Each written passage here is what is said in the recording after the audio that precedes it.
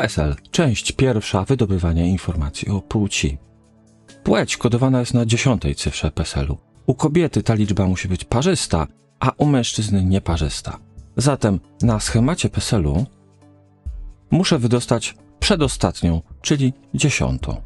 Na tych przykładowych PESEL-ach wykonuję operację funkcją fragment tekstu, wyciągam z tego tekstu, od której zaczynając, od 10, ile literek wyciągnąć? 1. Dwuklik w kropkę. Teraz muszę sprawdzić ich parzystość. Mam do wyboru dwie funkcje. Czy kropka nieparzyste, to wtedy powiedziałoby prawda dla mężczyzn. Albo czy parzyste i wtedy powie nam prawda dla kobiet. Na takie coś mogę założyć filtrację Ctrl+Shift+L i potem świetnie się filtruje. A Państwo prawdopodobnie chcielibyście zobaczyć tutaj tekst. Mężczyzna, kobieta, a ja zrobię szybciutko K i M. Więc na to, co tutaj mamy, spójrzcie proszę jak na pierwszy argument funkcji jeżeli.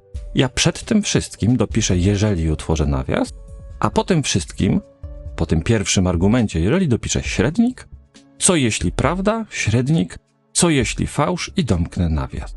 No więc to pierwszy argument funkcji jeżeli. Więc z lewej strony dopisuję jeżeli i nawias. Spacje, które wstawiam, są tylko dla dekoracji. Co jeśli prawda? Jeśli prawda, to oznacza kobietę, a jeśli fałsz, to oznacza mężczyznę. Koniec. Wyśrodkujmy sobie to dla estetyki, kopiuję w dół i po tym też świetnie się filtruje. Jeśli chcecie Państwo wiedzieć więcej, zapraszam do innych filmów, albo być może spotkajmy się na szkoleniu. Wszystkie szczegóły i kontakt w opisie filmu. Jeśli znaleźliście Państwo tutaj coś wartościowego dla siebie, poproszę o lajka, czyli kliknięcie ikony kciuka w górę pod filmem.